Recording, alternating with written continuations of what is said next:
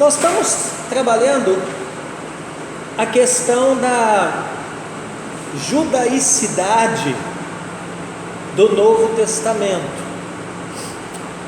Por judaicidade do Novo Testamento, a gente entende essa relação que o Novo Testamento tem com o Antigo, né?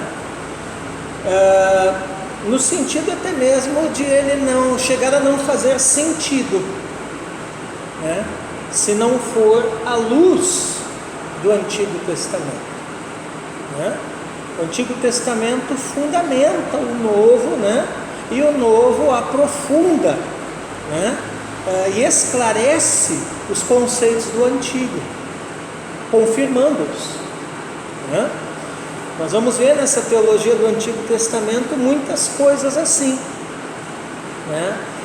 Então, alguns conceitos importantíssimos do Antigo Testamento, como o reino de Deus, por exemplo, que não é dado muita explicação detalhada no Antigo Testamento em si, mas cujo conceito vai ser ampliado no Novo, tá? Então, nós vamos continuar hoje pensando um pouco na pessoa do Messias, né? Na pessoa de Jesus.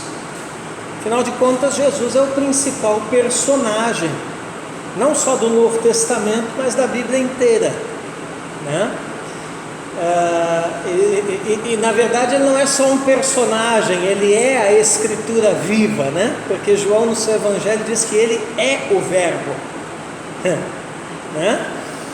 Então é interessante isso, porque ao mesmo tempo que as Escrituras falam dele, apontam para ele, ao mesmo tempo as Escrituras é ele. Né? Bom, muito bem-vindos. Amém. Saudades. Quanto tempo? Amém. Pelas suas pisaduras estão sarados. Amém. Muito bem. Pode dar uma apostila aí para cada um deles.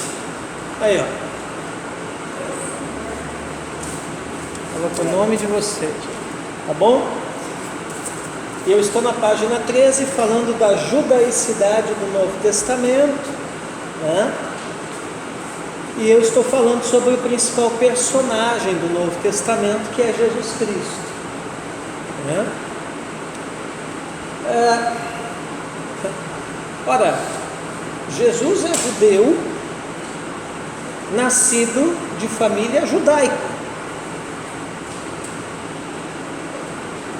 Então não tem muito sentido nós querermos ser a igreja de Jesus e ao mesmo tempo acharmos que não temos nenhuma relação com o povo de Israel.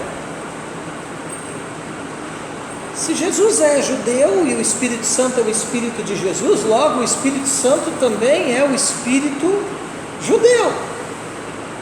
E a Bíblia ensina que aquele que se arrepende dos pecados e aceita Jesus como Senhor e Salvador, o recebe como selo da sua salvação. Então você recebe o Espírito do judeu maior dentro de você.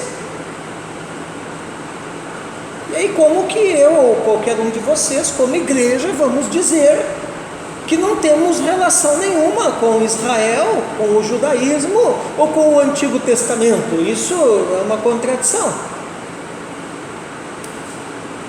E outra coisa aqui, ó, em nenhum momento, lá no fim da página 13, em nenhum momento Jesus ensinou, praticou qualquer coisa que viesse a sugerir uma negação da lei, que viesse sugerir que a lei foi abolida, a lei e os profetas.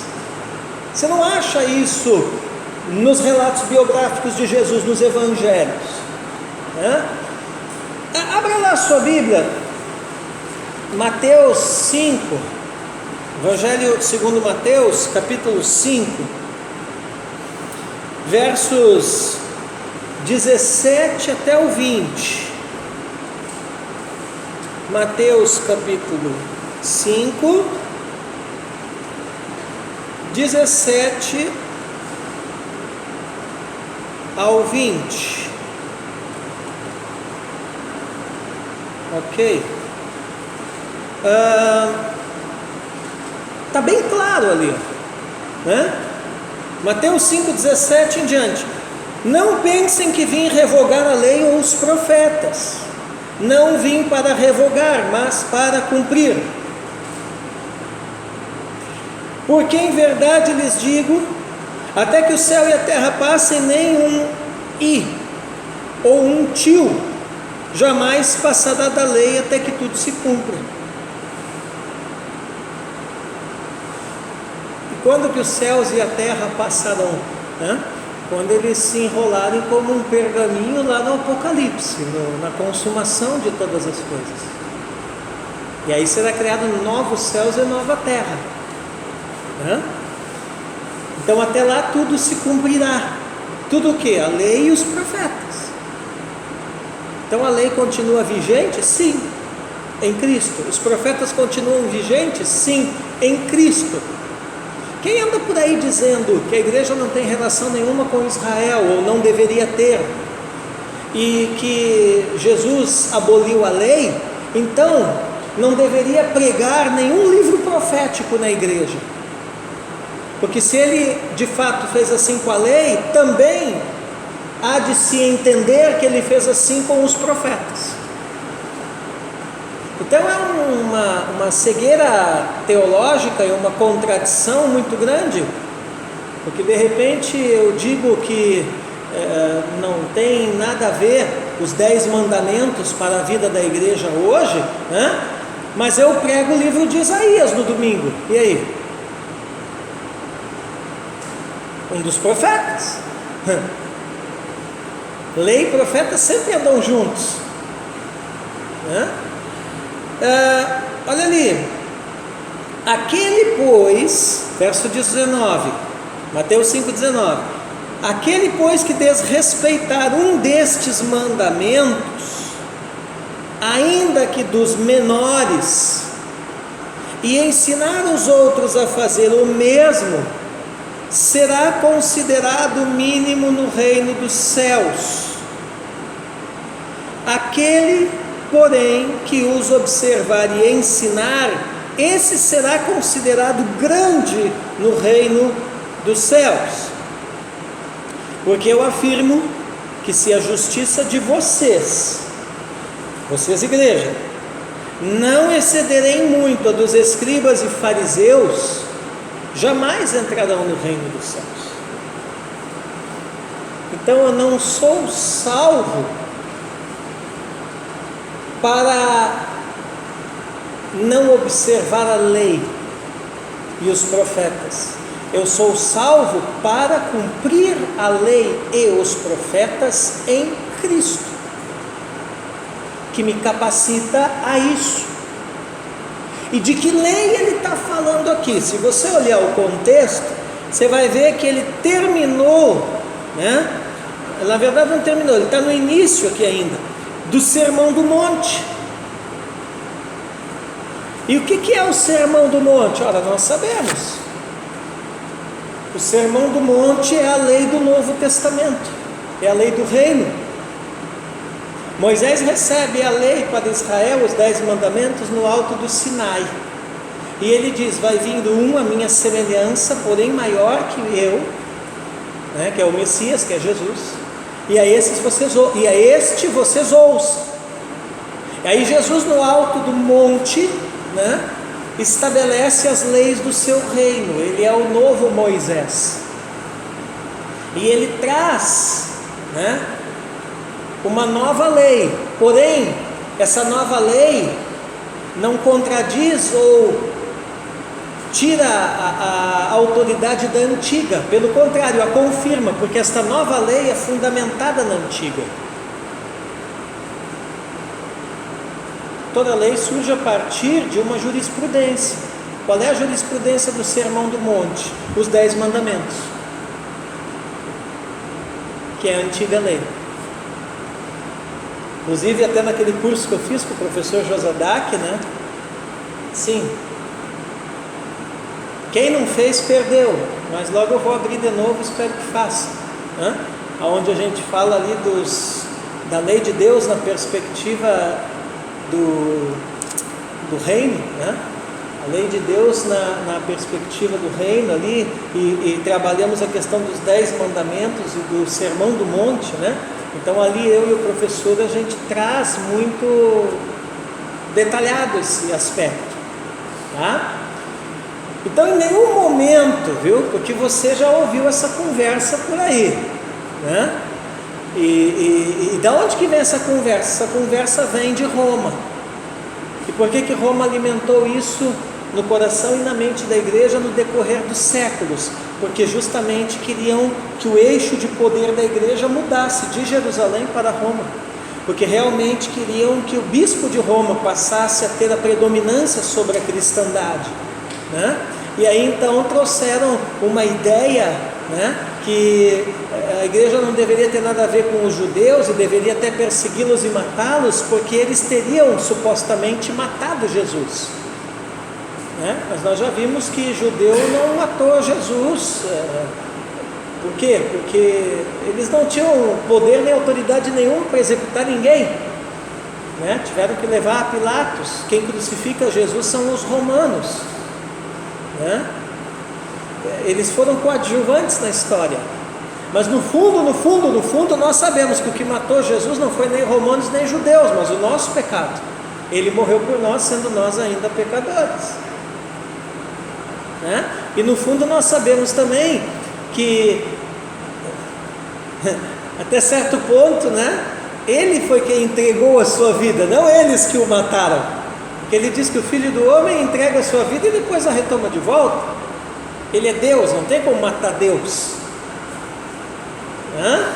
Então, mas Roma levou no decorrer dos séculos, quando nós estudarmos a história da igreja, nós vamos ver isso, levou para esse lado, justamente para criar uma raiz antijudaica, antissemita na mente e no coração da igreja, entende? E também para poder introduzir os seus rituais, né, as suas datas, as suas festas, que na maioria das vezes não tem nada a ver com a Bíblia e com a igreja primitiva, mas tem muito mais a ver com o Egito e com a Babilônia, né? Porque o que é a igreja nesse aspecto, né? Quando ela anda nesse aspecto romano, né? Ela é uma mistura de cristianismo, né, com o paganismo. E da onde vem o paganismo? Egito e Babilônia.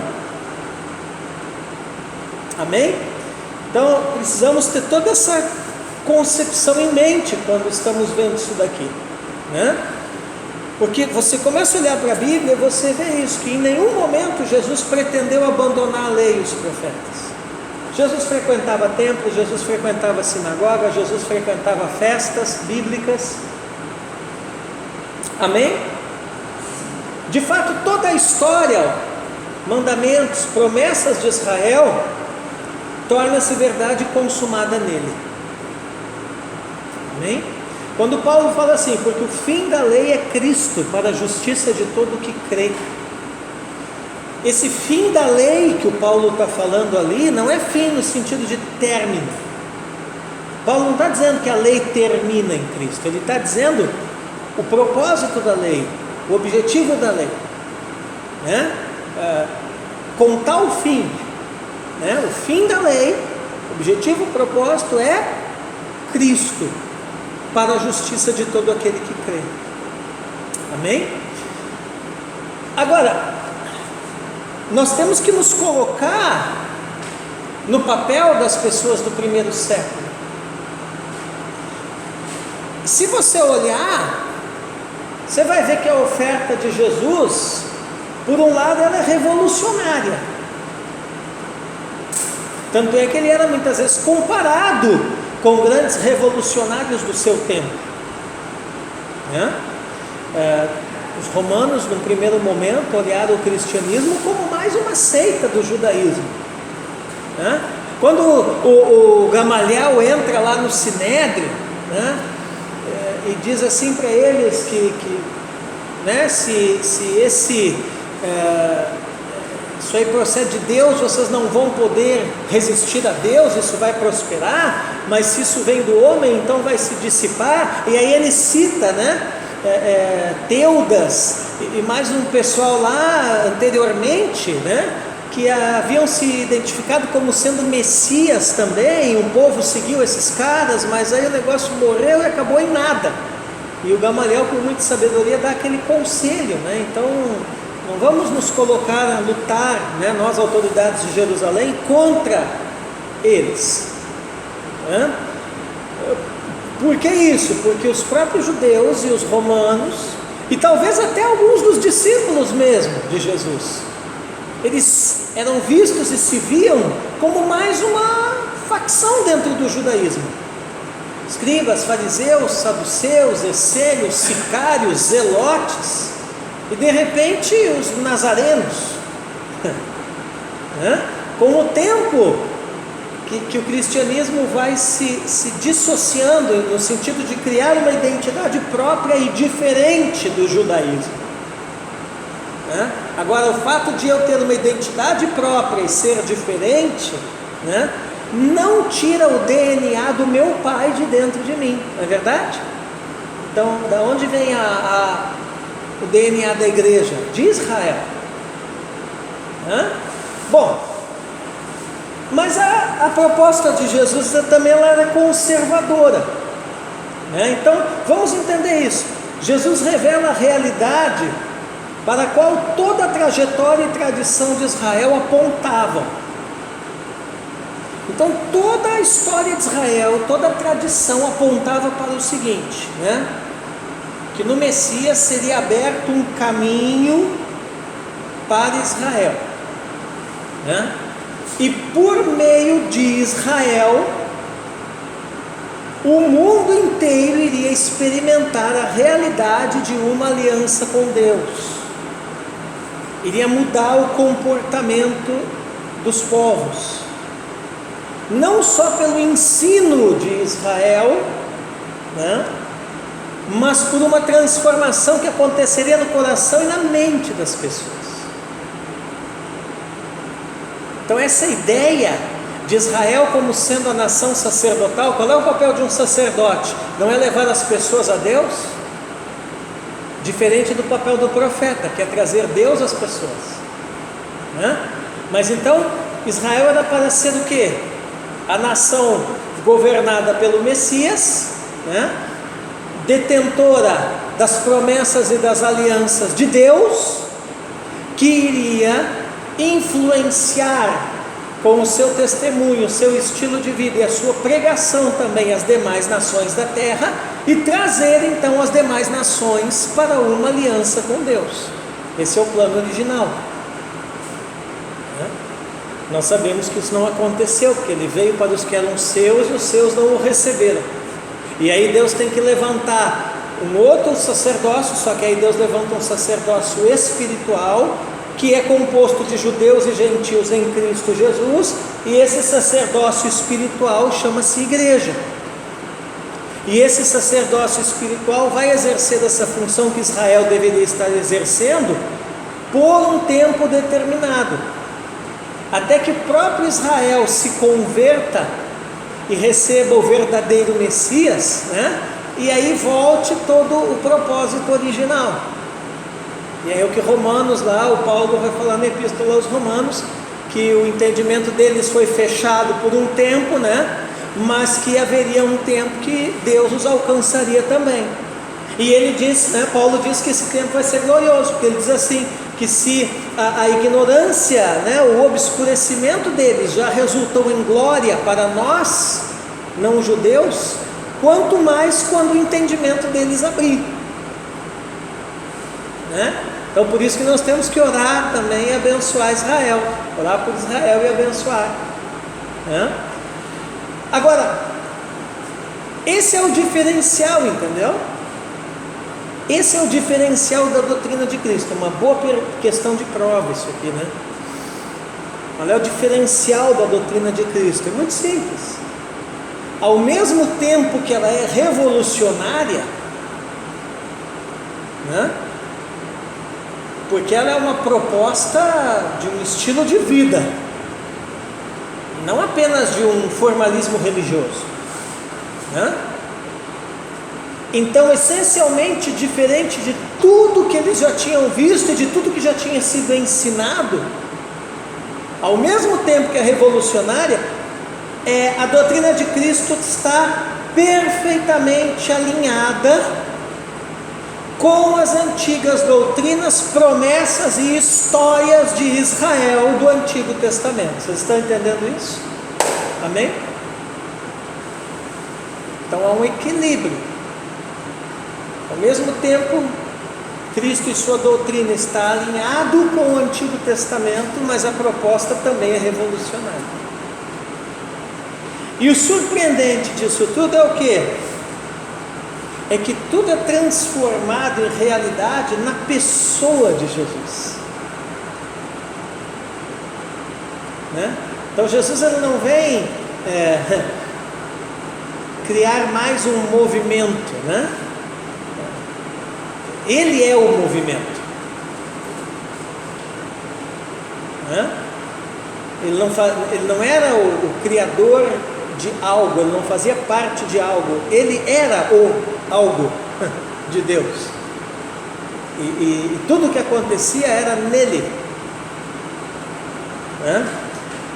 Bom, aí você começa a pensar o seguinte: Jesus tem ou não tem relação com o judaísmo? É só olhar a Bíblia. Ele tem uma relação, e uma relação prática com o judaísmo. Você vai ver muitas referências no Novo Testamento, mas eu vou citar duas das mais importantes aqui. Primeiro, a circuncisão de Jesus.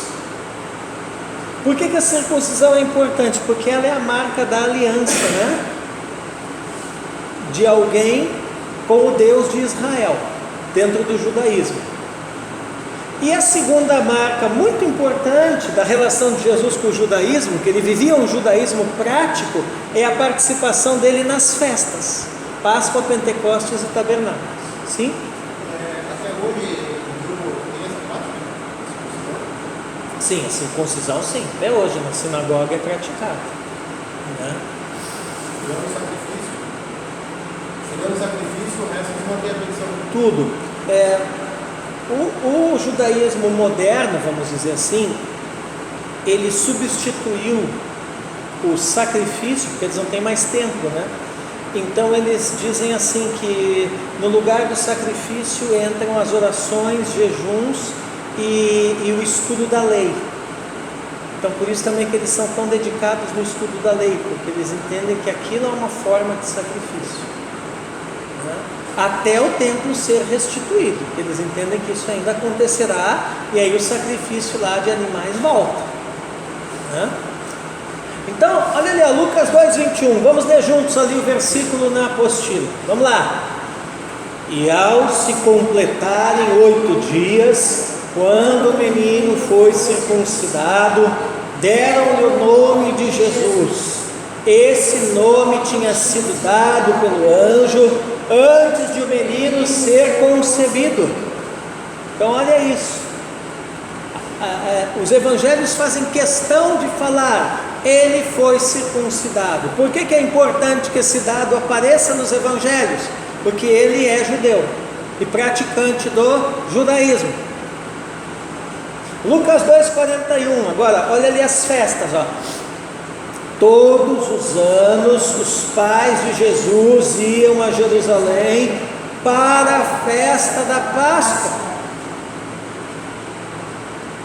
Então, desde pequeno.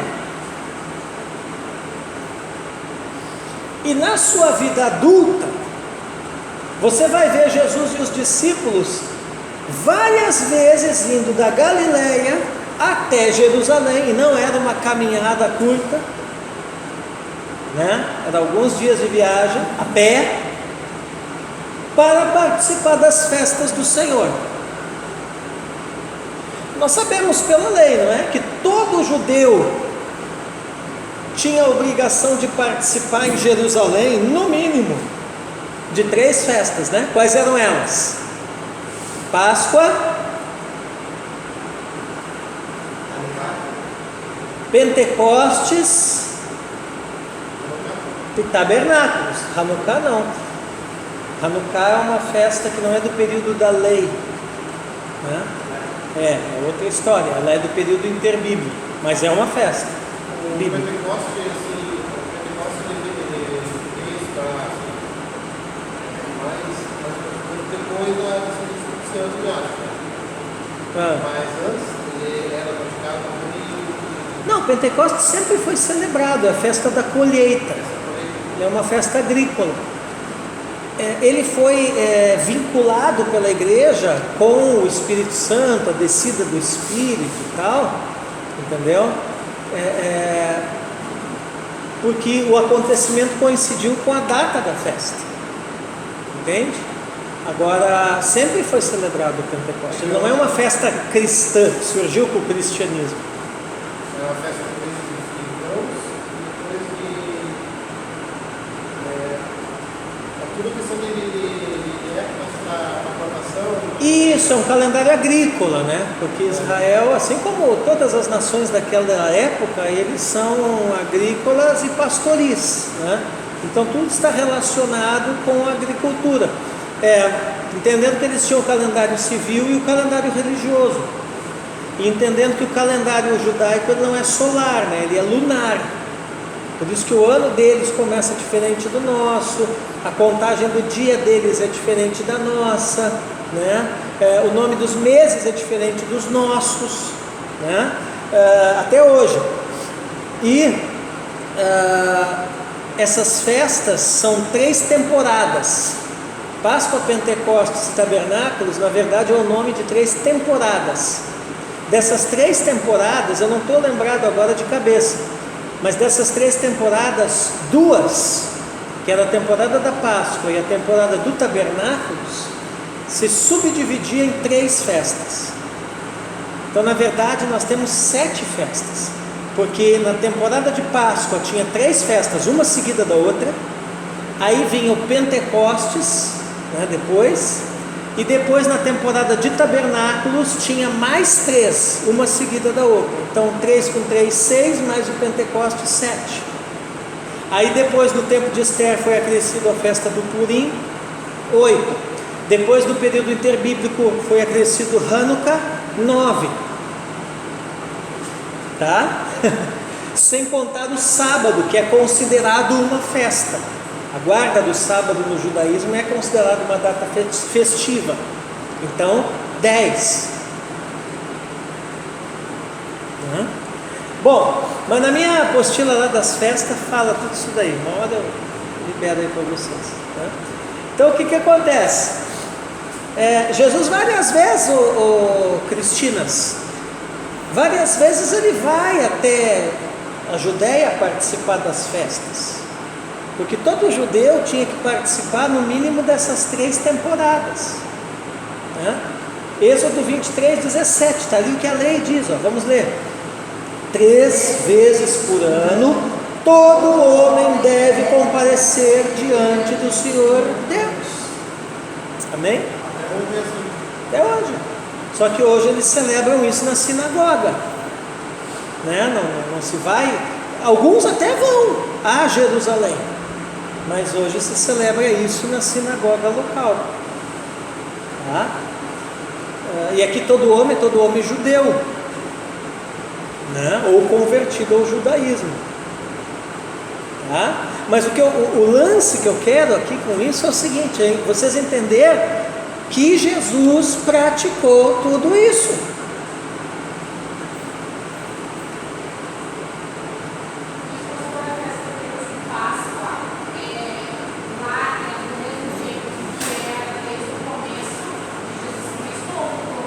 Desde o começo de Moisés, pão asmo, erva amarga, carne do cordeiro, o mais velho da casa se levanta, né? O mais novo se levanta e pergunta, por que celebramos essa noite? Aí o mais velho levanta e conta toda a história do Êxodo. Essa é a celebração da Páscoa.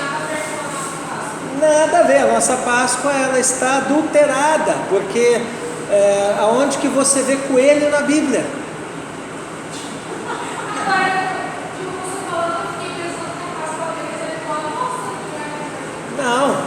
Você não vê coelho na Bíblia. O coelho, ele é um símbolo pagão de fertilidade. O coelho está muito mais associado com a Babilônia do que com a Bíblia, do que com o cristianismo. Quem é que introduziu o coelho? Roma. Por quê? Porque Roma é contaminado com Babilônia. O fundamento da igreja romana é babilônico e egípcio. Então está misturado ali. Entende? Você não vê coelho na Bíblia. Na verdade, coelho pela lei é animal imundo. E outra coisa, coelho bota ovo. Desde quando coelho bota ovo? Nunca. Então a Páscoa bíblica não é a festa do coelho, é a festa do cordeiro. Agora é claro que isso é uma compreensão, né, que o Espírito Santo gera e que você demora tempo para absorver e para ensinar a igreja, né? Agora você não vai chegar, é o que eu sempre digo, né? As igrejas que não têm esse entendimento e tal, você vai chegar falando um negócio desse para os irmãos, né? Mas o que tem a ver a carne? Não, isso é ritual romano. Onde é que está isso na Bíblia? Onde é que está isso na Bíblia? Que não pode comer carne na Páscoa. Não tem nenhuma prescrição dietética para a Páscoa. E se tivesse, seria para os judeus, não para nós. A prescrição para nós está em Atos capítulo 15. Se abster da prostituição, da idolatria e do sangue, da carne sufocada. Só isso. Só isso. Essa é a prescrição para a igreja. Então toda aquela prescrição de Roma, que na Semana Santa come peixe, não tem nada a ver. Isso aí é uma tradição da igreja romana, não nossa. E eles colocam o mesmo Natal. Sim, mesmo Natal. Mas não, cada um aqui, Entende? Agora sim, a gente também não pode levar isso num extremo radical. Quer dizer, chegou na Páscoa, alguém me deu um chocolate de presente, eu vou dizer que ele está com Satanás? Não, eu agradeço, oro, consago e como. Pronto. Entendeu? Agora eu não vou fomentar isso, né? Eu celebro a Páscoa com o pão asmo, a erva amarga e a carne do carneiro, ainda lá na igreja deles. não, mas eu nunca comemorei desde criança, nunca comprei chocolate. Tudo bem, mas se comprar, não esqueça de mim. Entendeu? Esqueça de mim. Entendeu? Então tem que ter equilíbrio nessas coisas, porque tudo que é demais faz mal, né? Então tem gente que celebra essas coisas e aí a igreja fica toda paganizada, babilonizada, né? E tem gente que abre o entendimento e aí ele vai para um extremo radical, ele quer transformar a igreja numa sinagoga, que também está errado.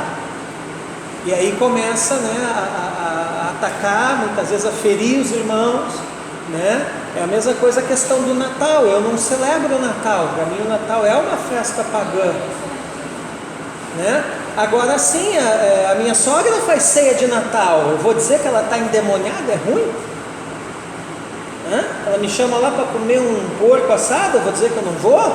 Não. Entendeu? Como é que eu vou enfiar na cabeça de uma pessoa de 80 e poucos anos isso?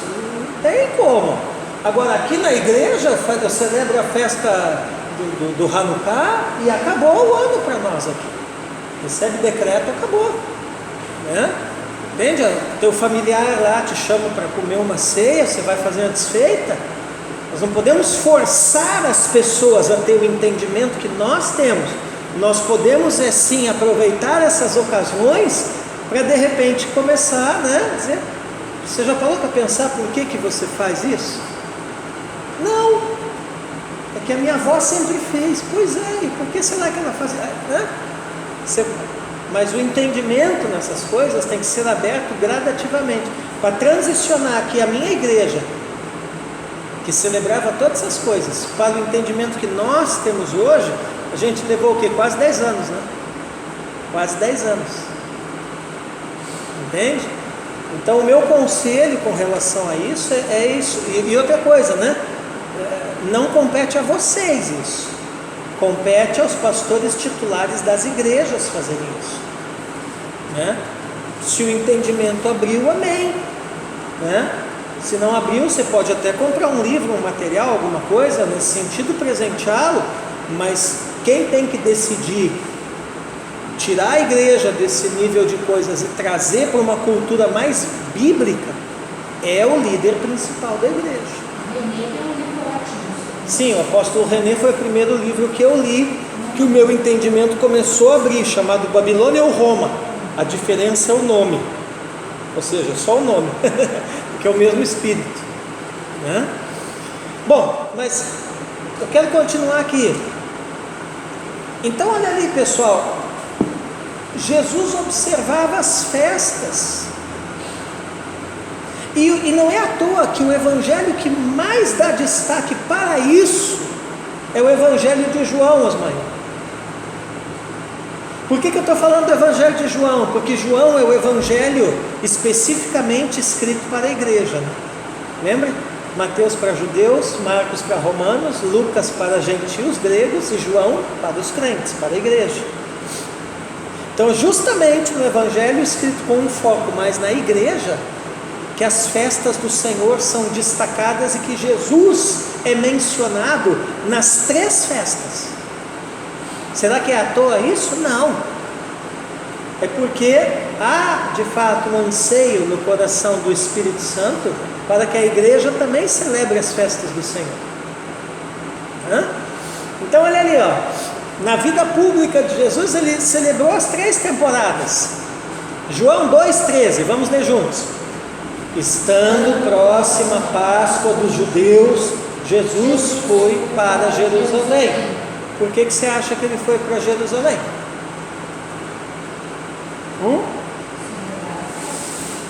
Celebrar a Páscoa. E que Páscoa era essa? Está escrito ali, ó, dos judeus. Por que Jesus celebrava a festa de judeu? Porque ele era japonês? Não, porque ele era judeu. Aliás, ele é judeu, porque ele está vivo. Ele continua vivo, ele ressuscitou. Então ele é judeu. Jesus nunca deixou de ser judeu, ele é judeu até hoje. Ele participava Se bem que aqui ainda não, mas depois ele foi à festa. Olha João 6, verso 4, olha ali que interessante. Ora, a Páscoa, festa dos judeus, estava próxima. Aqui já é uma outra ocasião. Olha João 11:55. Estava próxima Páscoa dos judeus. E aí? Muitos daquela região foram a Jerusalém antes da Páscoa para se purificar. Então só no Evangelho de João nós temos quantas Páscoas que Jesus participa, que é mencionado? 3.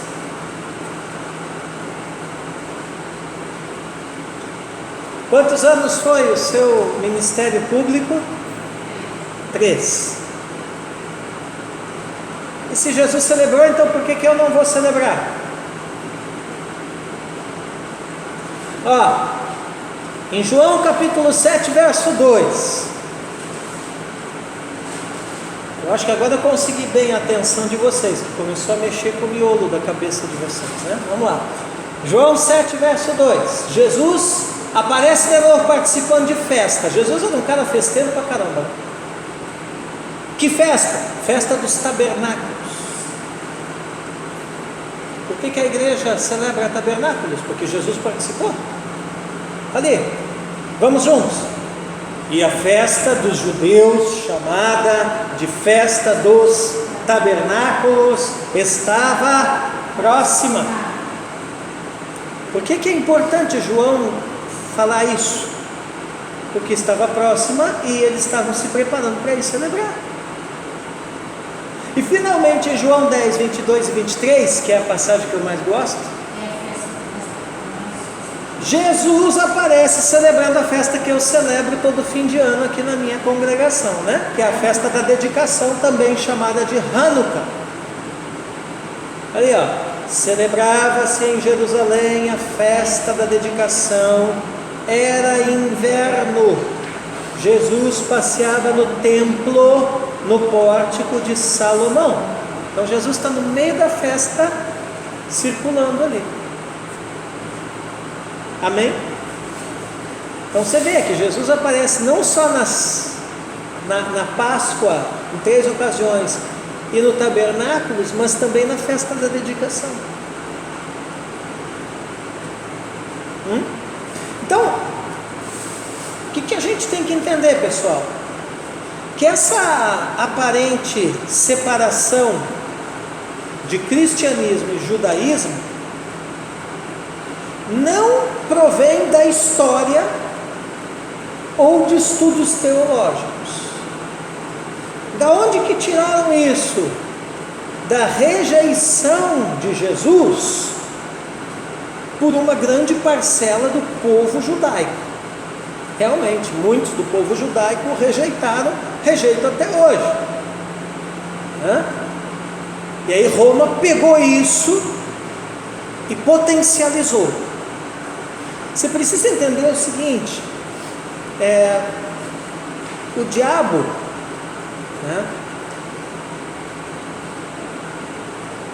ele é o pai da mentira.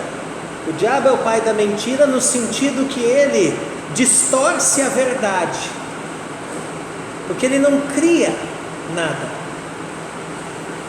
ele não tem o potencial de Deus, de criador, Então o que ele faz? Toda mentira é uma verdade distorcida, adulterada. O diabo, na verdade, é um falsificador, é um adulterador, Isso. Então o que o diabo fez no decorrer da história, Ele pegou essa rejeição histórica, que é fato histórico, de muitos judeus com relação a Jesus, potencializou isso, botou o espírito antissemita no coração e na mente da igreja de Roma, Quando aconteceu a reforma protestante, esse ranço veio com alguns dos reformadores, porque a igreja evangélica, que vem do protestantismo, ela saiu de Roma, Então o que acontece? Eu costumo dizer que a igreja protestante saiu de Roma, mas tem muita coisa de Roma que ainda não saiu de dentro da igreja, E aí a igreja fica celebrando nas coisas aí que tem mais a ver com o ritual romano do que com a Bíblia,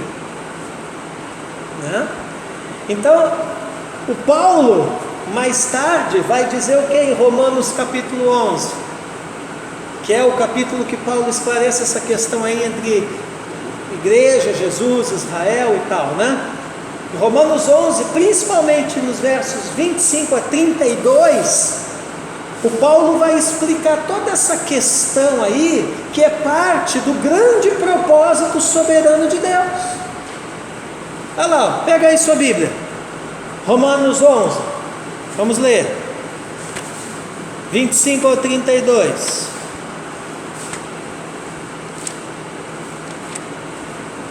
Romanos 11, abre lá, o título do capítulo, o futuro de Israel.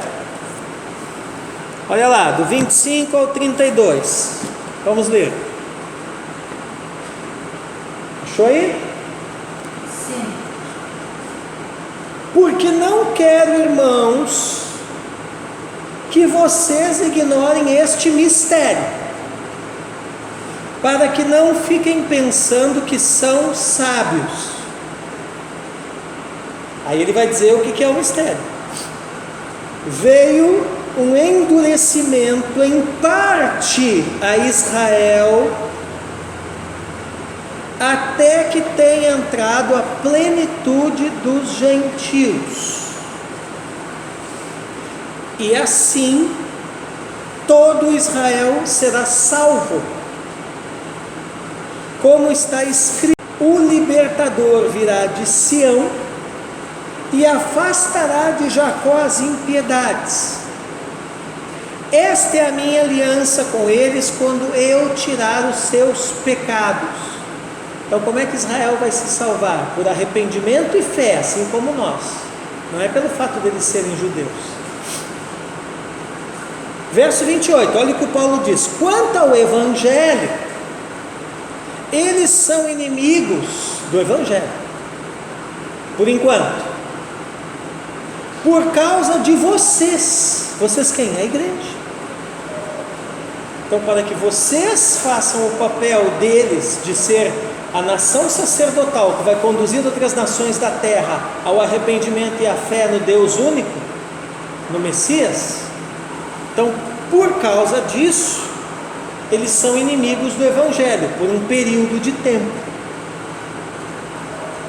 Mas quanto à eleição, a eleição aí, aleluia, amados por causa dos patriarcas. Então olha só, Paulo está dizendo que Deus elegeu e ama os judeus. Aí a igreja vai chegar e vai dizer: não,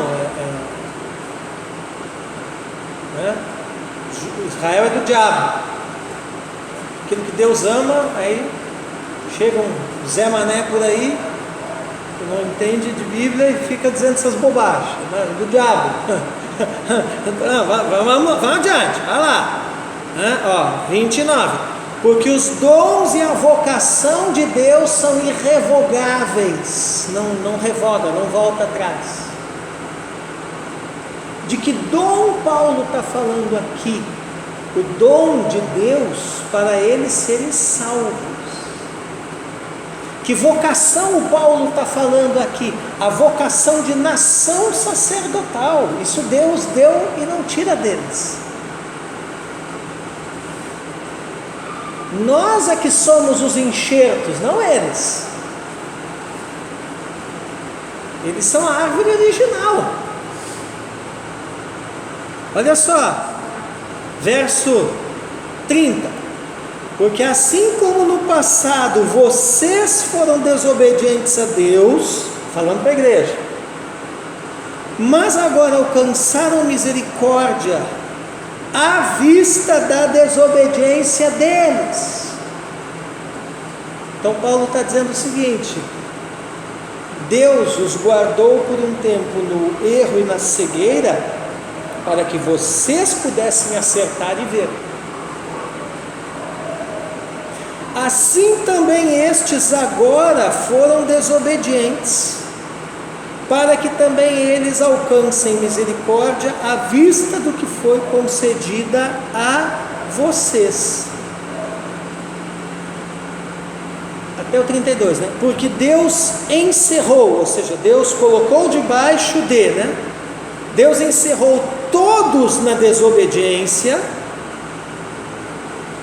Aí ele está falando da raça humana em geral, né?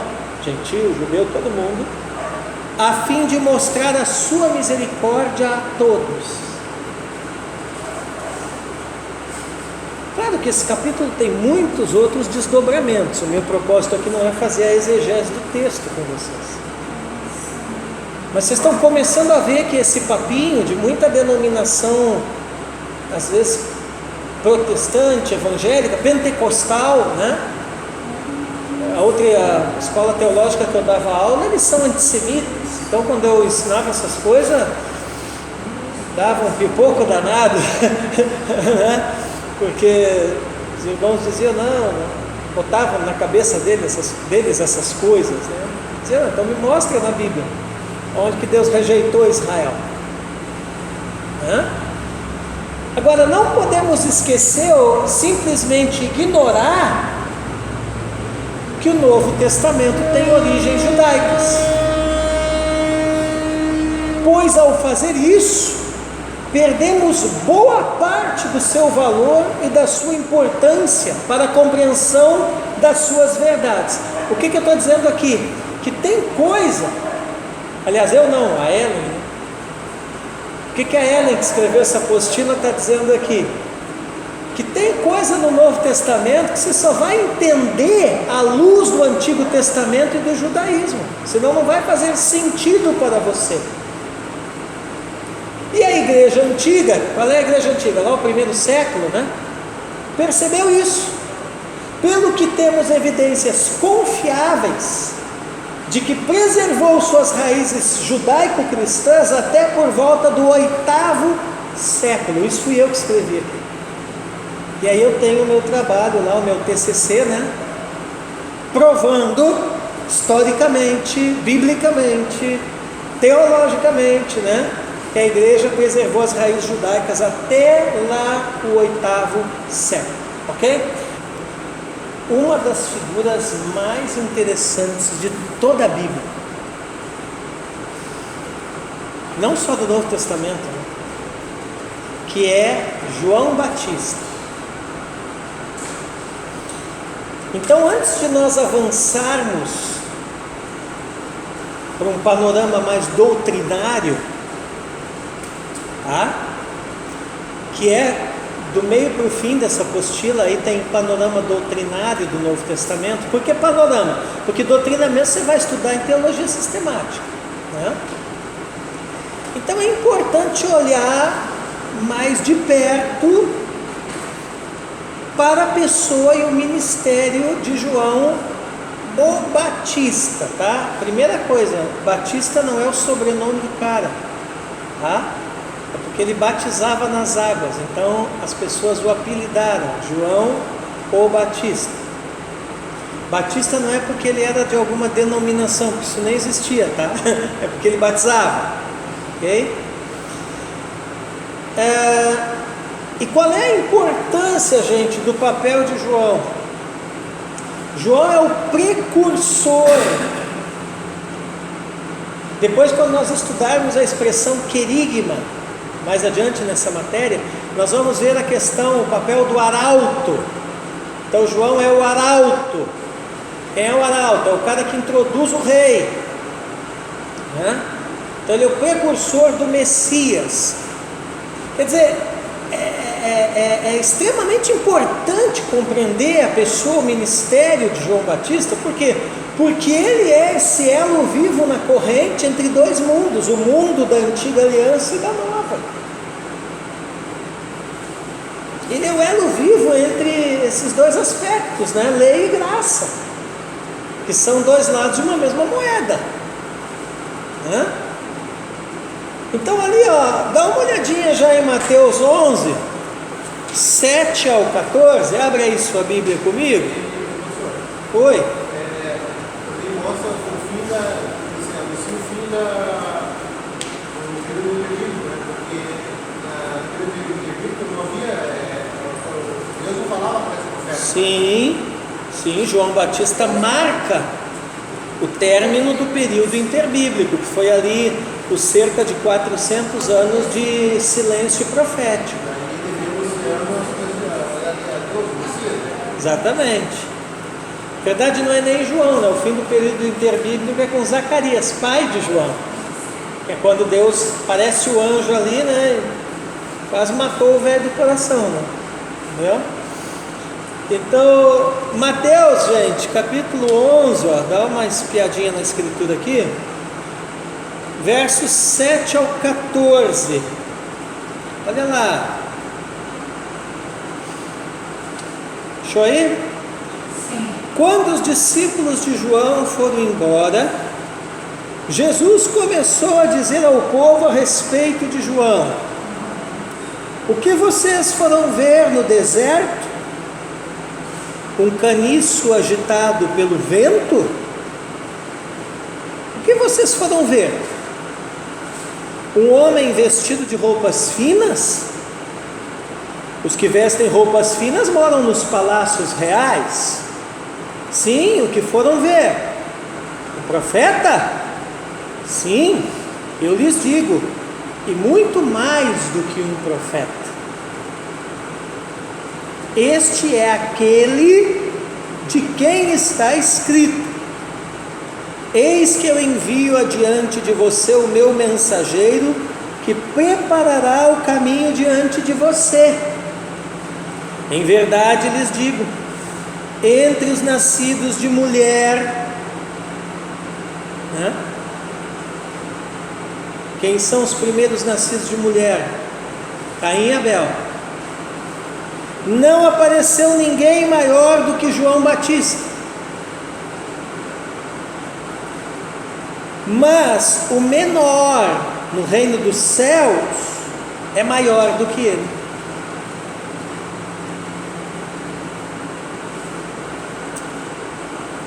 Desde os dias de João Batista até agora, o reino dos céus sofre violência, e os que usam de força se apoderam dele. Porque todos os profetas e a lei profetizaram até João. E se vocês o querem reconhecer, ele mesmo é Elias, ou seja, semelhança de Elias, né? Que estava por vir. Cuidado, né? Porque aí o pessoal aí do Espiritismo diz que está aqui a prova que João Batista era Elias reencarnado. Não tem nada a ver, tá? Ele é o Elias que estava por vir, porque ele vem a semelhança de Elias. O caráter de João era parecido com o de Elias, o vestuário de João era parecido com o de Elias, o voto de Nazireu que João vivia, Elias também vivia, né? A região de habitação que João habitava, Elias também habitou, né? E o estilo de mensagem e de caráter também de João era o mesmo de Elias. Então ele é a semelhança de Elias, tá? Quando olhavam para ele, lembravam de Elias, viam Elias, tá? Mas hoje o testemunho aqui, o próprio Deus na pessoa do Filho, o próprio Messias dá testemunho de João, e ele diz que nenhum profeta é maior do que ele, desde os nascidos de mulher, dentre todos os nascidos de mulher, né, da antiga dispensação, nenhum é maior do que ele, né? Detalhe, né? João nunca fez nenhum milagre, né? E é o maior profeta, né? João nunca foi um cara popular, mas é o maior profeta. Oi? É. Então, muito cuidado com sinais, né? Sinais seguem os que creem, mas sinais não é apenas isso que credibiliza um ministério. João não tinha sinal nenhum, e Jesus olha e diz: é o maior de todos. Oi? Foi o primeiro que conhecia? Claro, primeiro. Não, na verdade não. Na verdade, primeiro a reconhecer o Messias é a profetisa Ana e o velho Simeão no templo, quando ele vai ser apresentado, lembra? Apresentado. Né? Mas, a velhinha lá já falou: a salvação de Israel. Né? Como que ela percebeu isso? Né? Pelo Espírito. Agora, publicamente, vamos dizer assim, o primeiro mesmo é João, né? Agora, o que vocês têm que entender? Quando vocês aí mais novos estudarem livros proféticos, vocês vão estudar o período interbíblico, que é mais ou menos ali entre o ano 350, por aí, até o ano zero, vamos dizer assim, que é o início da era cristã, né? 350, 400 anos que ficou sem Deus falar nada com Israel, né? Pelo menos profeticamente, né? Não que Deus não falasse, viu? Falava com pessoas individualmente, né? Pela lei, né? Agora sim, profecia, ficou calado, né? Um período de aridez espiritual. Então tinha séculos que a voz da profecia estivera calada em Israel. É o chamado período interbíblico, né? Então Deus não falara mais por meio de profetas para declarar sua vontade ao povo. E aí o que aconteceu aqui, gente? Duas correntes religiosas substituíram a voz da profecia. Por um lado, a religião dos escribas. O judaísmo, nesse lance do escribismo que a gente chama, né?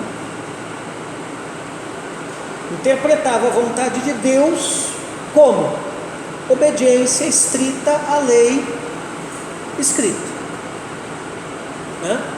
Então tem a lei escrita, nós vamos interpretar a lei, né? Obedecê-la ao pé da letra, né? E isso é a vontade de Deus. Amém. E a gente vai ser salvo por isso aqui. Para que profecia? Né? Então assim, não dá para condenar também, porque por um lado eu não entendo esses caras, né? Deus não falava mais, né? Então eles se voltaram para a lei, para a escritura, né? E assim, que são os escribas, né? São os professores da Bíblia, né? O professor é uma raça triste, eu sei por mim, né? Tudo vira aula, né? Para um professor isso aqui está ótimo, né? Não que eu não goste, tá? Às vezes eu até dou umas palavras proféticas, né? Mas para um professor está ótimo. Se tiver aula, não precisa mais nada, não precisa nem comer, né? Então os escribas entraram por esse caminho, os caras radicalizaram, né? E por outro lado, aí tem os doidos.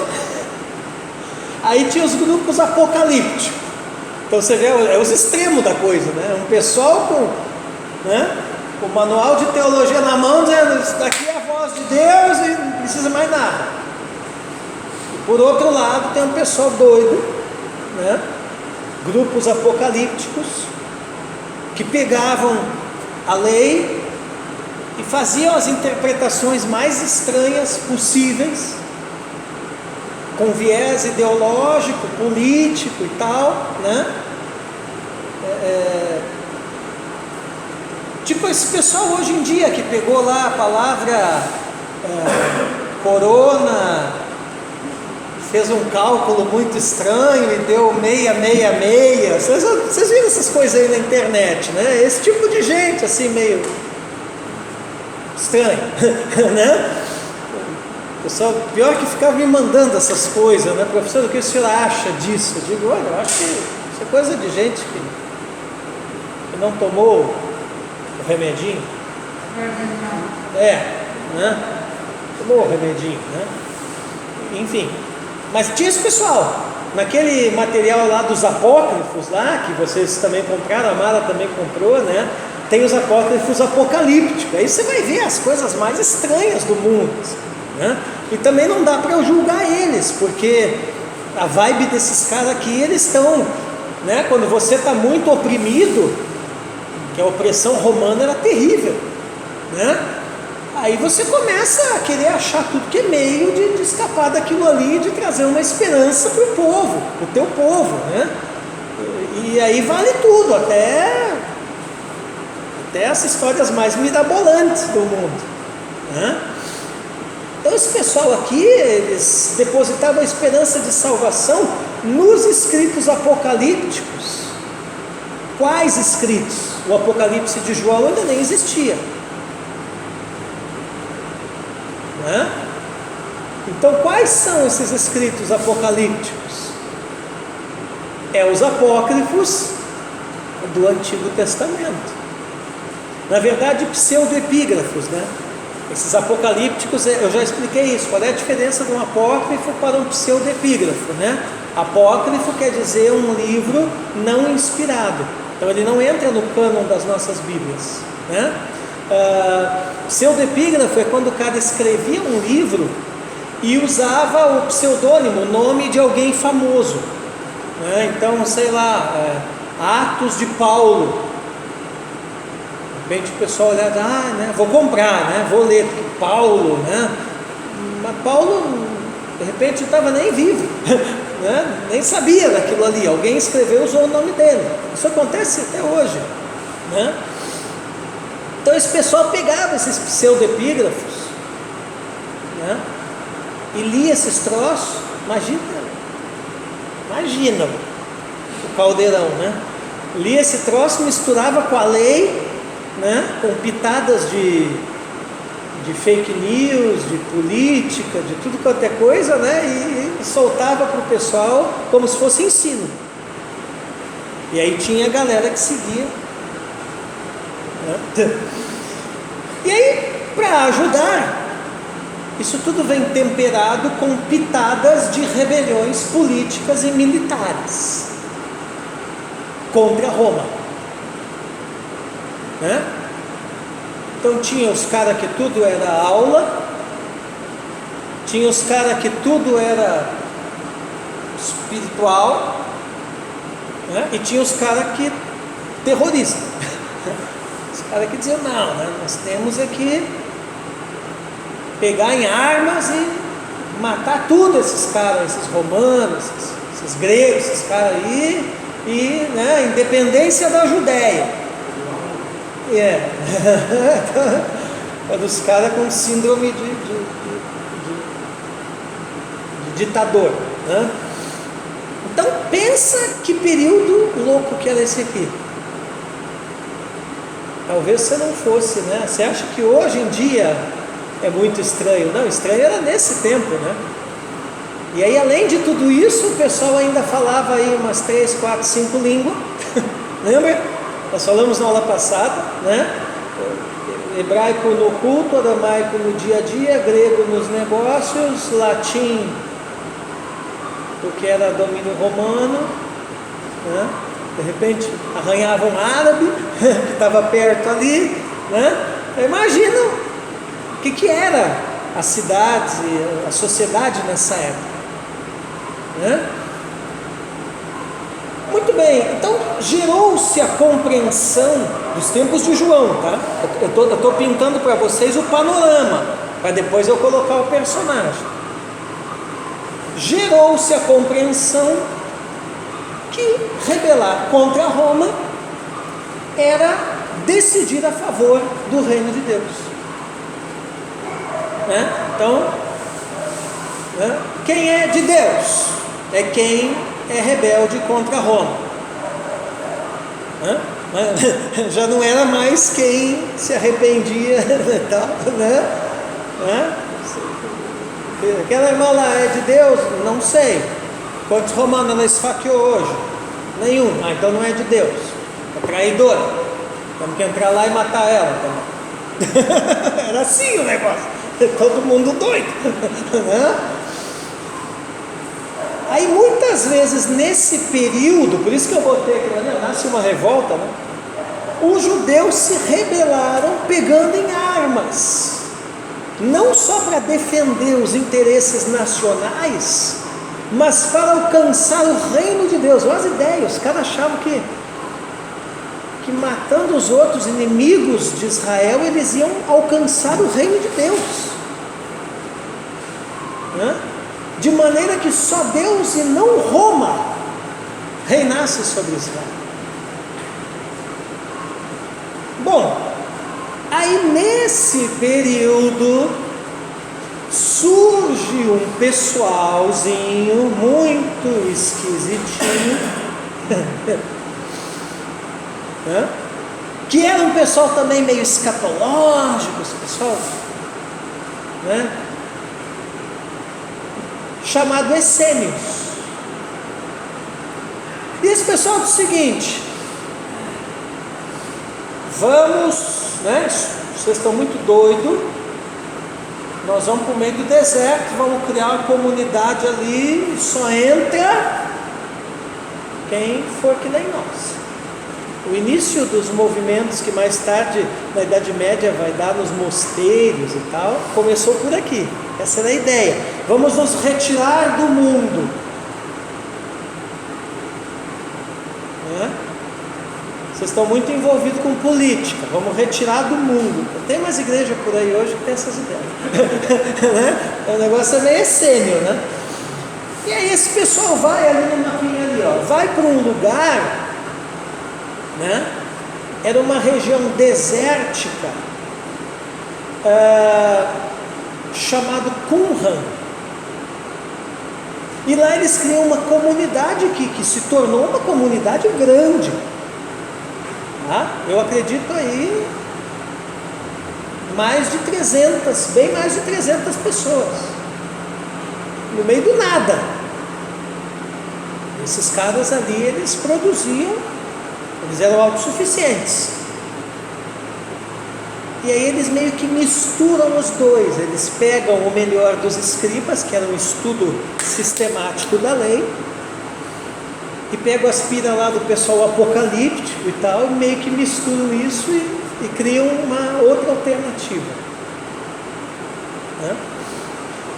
Contudo, embora crendo serem inspirados pelo Espírito Santo, eles se retiram do contexto social. Então, hoje em dia, aquele crente, né? Eu não voto, eu não tenho candidato, eu não estudo, só trabalho para comer, porque isso tudo aqui vai queimar mesmo, né? Eu sou salvo, o resto se exploda. É mais ou menos isso aqui, né? E aí, nesse sentido, eles encontraram novos significados nas escrituras do Antigo Testamento. Então, assim, os essênios, eles não chegaram a ser a voz profética, mas eles, vamos dizer assim, chegaram perto. Então, se a gente analisar por essa perspectiva, o que foi a comunidade de Qumran? Foi um movimento legalista que não tinha uma mensagem para Israel, porque eles olhavam o resto dos judeus como se estivessem corrompidos e amando o mundo, e eles optaram pelo retiro no deserto para obedecer à lei e aguardar a vinda do reino de Deus. Beleza? Essênios? Bom, aí você imagina que de repente, né, no meio do povo ali, subjugado por Roma, que aguardava gemendo a vinda do reino de Deus, que não ouvia a voz profética por séculos, aparece um cara proclamando: o reino dos céus está próximo. E esse jugo de Roma era terrível mesmo, terrível, terrível, porque assim, Roma matava mesmo, né? Então, qualquer coisa que Roma... Por isso que quando tem toda a situação com Jesus ali, os sacerdotes, você vê até nos filmes, os caras com aquele medo, né? Vai estourar uma rebelião e tal, porque eles sabiam como é que Roma fazia, entendeu? Roma entrava lá e degolava todo mundo, acabou. Tinha mulher, criança, grávida, velho, sacerdote, homem, ia todo mundo pro saco. Quando as legiões recebiam ordem de pacificar, né? A pacificação deles era matar. O pessoal ficava tão pacífico, né? Claro, estava morto. Era uma paz, assim, não havia um pio, porque eles matavam todo mundo na cidade, né? Entende? Então, se você acha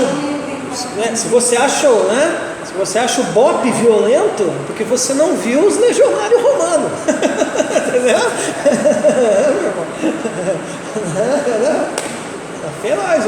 Quando entrava pregava o caveirão do César lá no meio de qualquer cidade, não só Jerusalém, não, o negócio. Vai ler Flávio José, você vai ver ali o que eles fizeram com Jerusalém lá no ano 70, que foi a destruição. Terrível. Então assim, parece, entende? Então é fácil julgar o sacerdote. Claro que Anás, Caifás, esses caras eram tudo corrompido. Mas por outro lado também se coloca no lugar dos caras. Esse troço aqui era um barril de pólvora. E a qualquer momento podia morrer a cidade inteira, inclusive eles. Entendeu? Então imagina você a instabilidade política que era isso aqui, né? O apóstolo Emerson ia adorar isso aqui, porque é o xadrez político. Ele sabe jogar esse jogo, né? Nós não, né? Mas então o cara tinha que ser muito bom. E assim, qualquer fulano podia desestabilizar tudo de um dia para o outro. Então aí aparece um cara desse, que o pessoal olha e diz: nossa, é Elias. O pessoal já se identifica, porque Elias era muito popular, né? Para o povo, né? Não para cá, né? Mateus 3, 1 e 2, ó. Naqueles dias apareceu João Batista pregando no deserto da Judéia. Ele dizia: arrependam-se, porque está próximo o reino dos céus. O que a Bíblia diz? Que João foi impelido pelo Espírito Santo em direção ao deserto. Não foi lá porque ele quis, o Espírito o direcionou. Lucas 1,80, vamos lá. O menino crescia e se fortalecia em espírito, e viveu nos desertos até o dia em que havia de manifestar-se a Israel. Quando que João vai para o deserto? Menino. Então, possivelmente, João passa a maior parte da vida morando nos desertos, em meditação. Não, outra coisa, João é conhecedor da lei, tá? João tem contato com a lei, e João tem os meios para interpretar a lei. Por quê? Não esqueça que ele é filho de sacerdote. João é um profeta de linhagem sacerdotal. Quem dominava a exegese do texto eram os sacerdotes. Não. Quem é que vai casar com um doido desse? Ninguém? Quando chegar no céu você pergunta. Acho que não, porque era nazireu, eles tinham que... Não era, porque provavelmente ele é de origem essênia. Por isso que eu falei dos essênios, ele teve contato com esse pessoal. E os essênios, eles tomavam vários banhos, várias vezes ao dia. Os essênios não, é bem limpinho. Eles cavavam tanques na pedra no deserto, e de alguma maneira ali, provavelmente cavavam poços, né? Então eles tinham rituais de purificação, que eles mergulhavam ali para estudar a lei, tá? Então era limpinho. Bom, também ele trabalhava na beira do rio, né? O cara trabalhar na beira do rio e ser fedido, misericórdia. Então, oi? Essa ideia, né? O que elas foram pensar? Então, possivelmente, João passa a maior parte da vida onde? No deserto, meditando, né? Aguardando a manifestação de Deus, tomando banho. Quando essa manifestação acontece, João aparece publicamente no Vale do Jordão com a mensagem profética. Lucas capítulo 3, versos 2 e 3, vamos ler. Sendo sumos sacerdotes Anás e Caifás, a palavra de Deus veio a João, filho de Zacarias, no deserto. Ele percorreu toda a região nas imediações do Rio Jordão, pregando o batismo de arrependimento para a remissão de pecados. Oi. Não tinha, agora, essa é uma forma muito interessante, né? Porque até então não tinha. João pregava arrependimento do pecado. Cada um entendeu o arrependimento do pecado e o batismo purificava. É que o batismo era visto, submeter-se ao batismo de João era visto como o sinal que você tinha se arrependido. Mas isso é inédito, porque é o João que vincula. Antes isso não tinha vínculo, não, porque antes você, o que te vinculava à comunidade dos salvos, que era o povo de Israel, era a circuncisão. E o batismo, ele era visto como ritual de purificação para estudar a lei. Não tinha, o João é que traz isso. Então, ele trouxe essa. Sim. Quer dizer, ele pega uma coisa que os essênios faziam e aperfeiçoa isso, vinculando a questão do arrependimento. Analisando a atuação de João como um todo, percebemos os moldes da tradição profética, até mesmo na sua maneira de vestir e se alimentar. Agora, sempre fazendo essa ressalva, tá, pessoal? O profético do Antigo Testamento não é o do Novo. João é o último representante do Antigo Profético. De João para frente, Jesus é o primeiro profeta e ele inaugura um novo profético. Tá? Então hoje em dia esses caras aí que andam, né? O cara anda cabeludo, com couro de camelo, né? Com cajadão, querendo comer gafanhoto, dizendo que é profeta. O cara acha que isso é ser profeta. Não tem nada a ver, isso é ser esquisito. Tá? Esse padrão veterotestamentário encerra com João. Não quer dizer que o profético encerrou, né? O ministério profético, o ofício profético continua, mas em outros parâmetros, não nesse. Tá? Bom,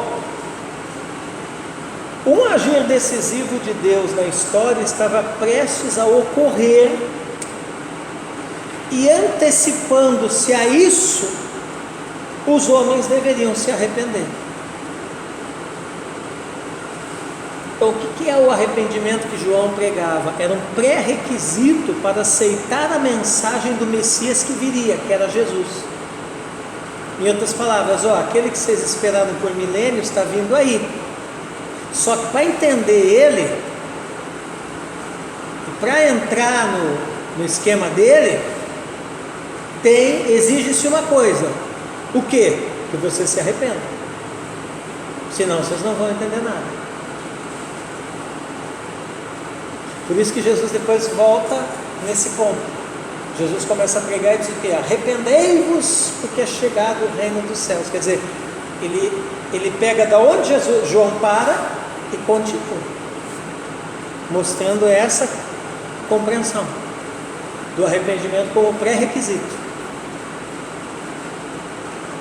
Bom, João proclamou e executou isso baseado na sua própria autoridade profética, obtida pela palavra de Deus que o comissionara. Isso também dava um nó na cabeça dos judeus, porque quando um cara saía pregando nessa época, ele era questionado, entendeu? Tipo assim, tá, quem te autorizou a falar isso? Você não pense não que na tradição bíblica qualquer um levantava e saía ensinando os outros, né? O irmãozinho lá da sinagoga vai pregar. Irmãozinho é uma pinóia que o irmãozinho vai pregar. Ele é o quê? Ele é rabino? Qual é a formação teológica dele? Com que mestre ele estudou? Com que escola do judaísmo ele aprendeu? Né? Quem discipula ele? Hã? Opa, sai, John. Eles perguntavam, né? Quem começa? Então, tipo assim. Aí daqui a pouco vem um cara desse pregando uma coisa radical no meio de todo aquele barril de pólvora, de todo aquele, né? Os pessoal do templo já disse, qual é a tua autoridade? Então isso foi uma revolução, porque aí o cara levanta e diz assim: a minha autoridade é os antigos profetas, porque eu sou a voz que clama no deserto. Quem deu a Paulo, quem atestou o João foi o João. Foi? Quem atestou o João foi o profeta. Sim, as escrituras dos antigos profetas, mas por isso que depois Jesus dá o testemunho dele, era necessário dar aquele testemunho, porque quem avaliza ele na verdade é Jesus, que é o próprio Messias, entende? Mas a ideia é o seguinte: ninguém ministra para alguém do nada,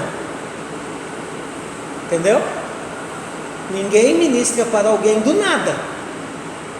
Por isso que você pegar todas as nossas apostilas e você olhar atrás, né, todas elas têm na última página isso aqui, sobre o autor.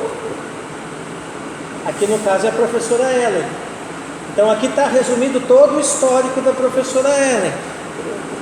Da onde ela é, quantos anos ela tem, qual é a formação dela, né? Então ela tem uma graduação na Federal do Paraná, ela tem uma formação média aqui em Paranaguá, ela está cursando uma pós-graduação agora em Teologia, mais uma pós-graduação em Aconselhamento e Psicologia, né? Então não é qualquer uma que escreveu isso, né? Eu não vou botar na mão dos meus alunos que qualquer um escreveu. Até mesmo porque qualquer um não escreve isso. Parece, né? Parece que tem tudo isso, né? Mas é discípula de quem? Foi aluna de quem? As outras apostilas antigas, quando eu escrevo, está lá o meu histórico. Quer dizer, você tem uma origem, de onde você veio, para onde você vai, quem você é. O que te habilita a fazer isso, a ensinar isso, a escrever isso? Essa é uma grande hoje com as igrejas que estão surgindo. Sim. Porque a pessoa sem base nenhuma, com uma revelação, a revelação vai à igreja porque Deus mandou a igreja, mas tá. Quem avalia a sua igreja? Quem te respalda, né? Então assim, eu tenho todos os meus títulos teológicos que me respaldam para dar aula. Eu não estou lecionando ilegal, eu sou habilitado para aquilo que eu faço, né? Quem me respalda no ministério à frente da igreja, né? Eu não ando sozinho, eu ando com um grupo de discipulado que são mais 8 igrejas diferentes. Então eu tenho 8 que me fiscalizam, né? Liderados por um apóstolo, que é o Emerson. Entende? Você tem que ter raiz, você tem que ter origem, você tem que ter ninguém vem do nada, né? Então, e é bíblico isso, tá? Vamos terminar aqui. Então assim, por séculos Deus esteve calado. Aí naqueles dias, por meio do João, começa todo um movimento para cumprir as promessas proféticas ansiosamente aguardadas e implantar-se a plenitude do reino de Deus. E essa notícia causa um impacto tão grande que sem Facebook, WhatsApp, nada, a notícia corre e as multidões de pessoas vêm ao Rio Jordão, aonde João pregava. Detalhe interessante, não é ele que foi, né? Foi eles que vieram. Marcos 1,5: e toda a região da Judéia, todos os moradores de Jerusalém iam até ele, e confessando os seus pecados, eram batizados por ele no Rio Jordão. Depois de séculos, Deus havia suscitado um profeta para declarar sua palavra ao seu povo. Amém, pessoal? Bom, nós vamos parar aí, marque aí o slide 41, e vocês estão na página número 16. Página 16, né? Isso, último parágrafo da página 16, slide de número 41. Por favor, marque. E na próxima semana nós continuaremos a ver daí os aspectos da proclamação, a natureza da mensagem de João.